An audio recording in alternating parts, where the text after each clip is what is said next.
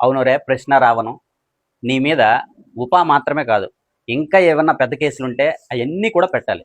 నీకు అసలు బుద్ధే లేదు.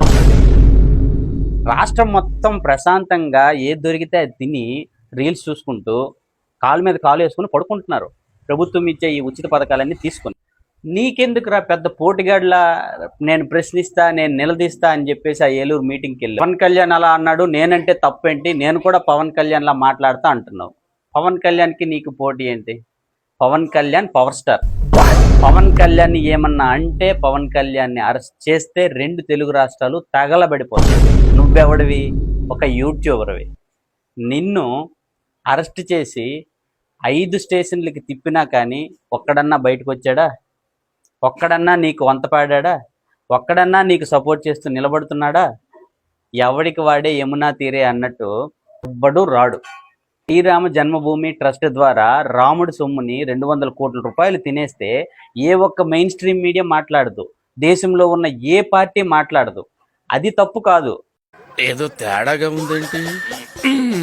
నువ్వు ఎవడినో ఒక మాట అంటే అది దేశద్రోహం.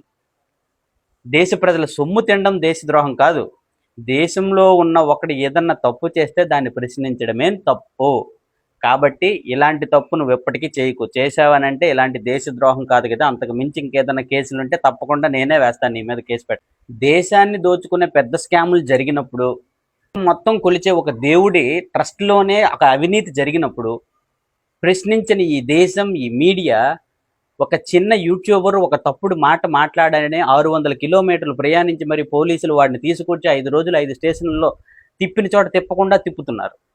నిజం చెప్తున్నా, ఇప్పుడున్న సమాజంలో ప్రశ్నించడం అంటే మన పీక మనం కోసుకోవడమే, అంతకు మించి ఇంకేం లేదు. జనాలకు కూడా పెద్ద పెద్ద కుంభకోణాల కంటే ఎవడో యూట్యూబర్ జైలుకి వెళ్ళాడనే మసాలా ముచ్చట్లు మాత్రమే కావాలి ఈ రోజుల్లో.